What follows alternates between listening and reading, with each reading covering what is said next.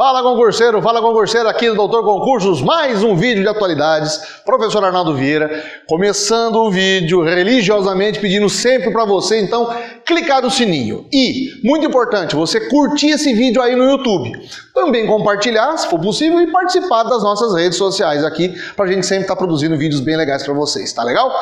Âmbito nacional de semana passada, atualidades. Gente, que bafafá que foi por conta da votação no Congresso Nacional. O projeto já tinha sido aprovado no Senado e foi votado semana passada para o Congresso, agora final de mandato do Temer, que é uma alteração crucial na Lei de Responsabilidade Fiscal. A Lei de Responsabilidade Fiscal foi promulgada em 1997.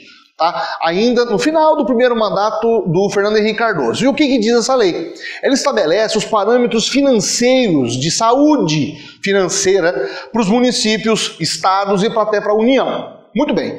O que ele estabelece? Um dos pilares disso é o seguinte: a limitação orçamentária que o município tem que ter com base exatamente no que ele arrecada, com quanto ele gasta com a folha de pagamento. O limite hoje é de 60%.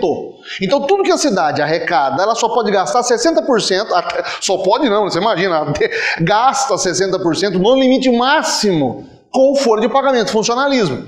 Funcionários automaticamente os de carreira, os que são concursados, contratados e os cargos de comissão. Muito bem. Depois ele tem outros implementos, outros subsídios, outros percentuais, 25% na educação, ele tem que gastar 20% na saúde, etc. Bom, o que acontece como um todo é que os municípios, de uma certa forma, estão gastando muito mais. Então, o que aconteceu na semana passada? Até por conta de uma pressão de todos os municípios, da Confederação Nacional dos Municípios, de fazer o quê? Uma flexibilização na Lei de Responsabilidade Fiscal, que diz o seguinte, muito bem, se houver queda na receita, os municípios podem ultrapassar com um limite de despesas de 60%. Ou seja, se o município perder a arrecadação, ele pode até inclusive aumentar o quanto que ele vai pagar de funcionalismo.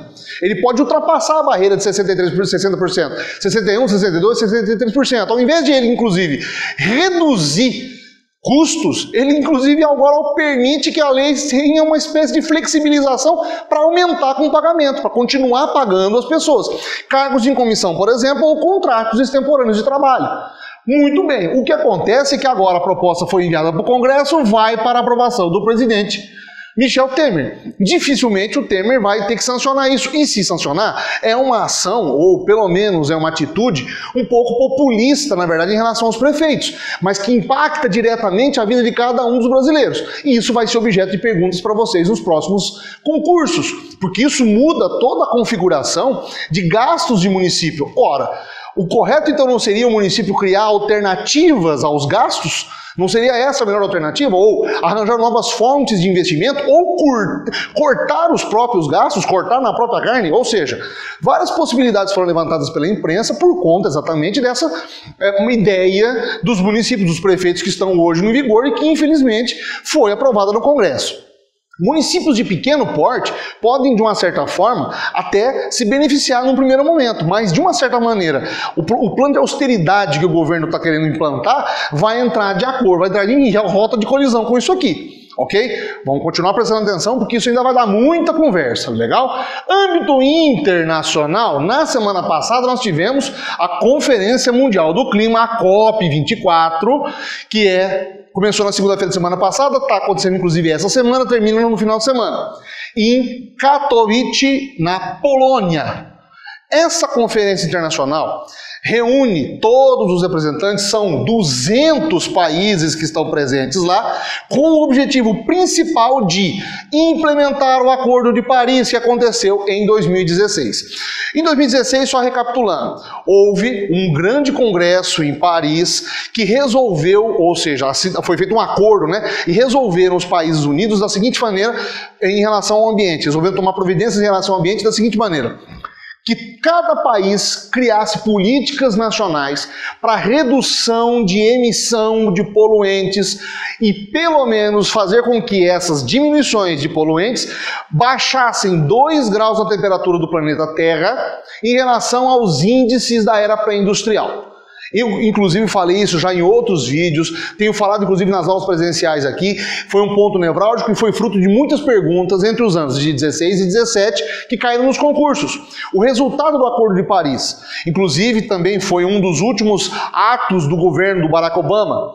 Quando o Trump entra ano passado, uma das primeiras coisas é questionar o Acordo de Paris. E ele fez o quê? Retirou a assinatura dos Estados Unidos, um dos países que mais polui no planeta Terra, do Acordo de Paris. No vídeo de semana passada, inclusive, na reunião do G20 que houve na Argentina, o BRICS, entre ele e o Brasil, ou seja, o grupo de países que estão em emergência econômica, o Brasil fazendo parte, assinou, inclusive, um termo, de uma certa maneira, dizendo o seguinte: olha, o Acordo de Paris tem que ser cumprido. E grandes países que são poluidores estão querendo tirar o corpo fora agora. A grande pauta, então, da COP24 na Polônia é discutir o seguinte: como é que, então, vai ser implementado essa questão da diminuição dos gases? Veja bem, os países que apresentaram os resultados em 2016, muitos deles usaram métricas diferentes e metodologias diferentes para dizer os números de poluente. Então, por exemplo, olha, eu quero reduzir os meus índices de acordo com os números que eu consegui de 2016 até 2010. Outros países falaram assim: não, eu estou me baseando no que eu poluí entre 1990 até 2000. Ou seja, não dá para equiparar. O acordo como um todo agora, a reunião dos embaixadores, dos representantes, inclusive, do meio ambiente dos países, é para encontrar uma espécie de ponto comum em todos esses países e estabelecer qual é a regra até então. Inclusive, uma participação muito importante, logo na abertura do evento, foi do Arnold Schwarzenegger. Sim, o Exterminador do Futuro, o ator de Hollywood que foi governador por 2 mandatos do estado da Califórnia nos Estados Unidos.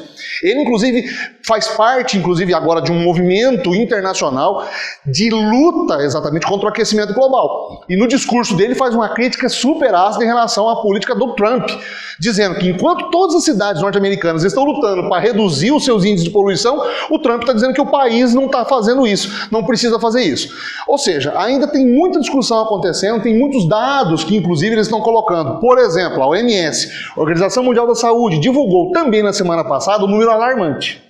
Os índices de poluição que hoje estão no planeta Terra, para vocês terem uma noção, matam 7 milhões de pessoas por ano por conta da poluição do oxigênio. E mais, se o Acordo de Paris entrasse em vigor agora, se os países começassem a diminuir as suas emissões, nós conseguiríamos salvar a vida de 1 milhão de pessoas por ano até 2052. Então vocês imaginam a quantidade de pessoas que estão morrendo por conta dos impactos da poluição do oxigênio. Isso é aquela pergunta também feita para que você analise, para que você observe e que você dê a sua opinião, por conta exatamente dos resultados destes eventos. Vamos continuar observando isso aí, porque vai ter desenrolar. Inclusive, na esteira deste evento, o impacto daquilo que a gente falou na semana passada sobre os protestos que estão acontecendo na França. O presidente Emmanuel Macron fez um recuo estratégico, declarou que nos próximos 6 meses não vai aumentar o preço do diesel, que é o principal combustível utilizado pelos franceses, tanto os franceses da área rural quanto os taxistas, os mototaxistas em geral. Diretamente tem uma relação com o evento COP24. Uma vez que estão se discutindo exatamente os índices de diminuição de poluentes, o Emmanuel Macron está tentando fazer exatamente este caminho. Fazer com que a França diminua seus poluentes, mas o impacto social qual foi? Manifestação contrária ao próprio Emmanuel Macron. Resultado, as manifestações continuaram mesmo assim, os jaqueta amarelas, que a gente até falou no vídeo da semana passada, continuam na rua e agora com outras causas de reclamação, principalmente contra as reformas, a reforma trabalhista e a reforma educacional. Mais de 150 mil estudantes foram para Champs-Élysées, estão protestando contra o governo por conta da reforma educacional que o Macron está implantando. Como eu falei, a gente vai continuar observando. Estas movimentações na Europa vão ser alvo de perguntas para vocês nos próximos concursos, tá legal? Vamos continuar observando e trazendo sempre novidades para vocês.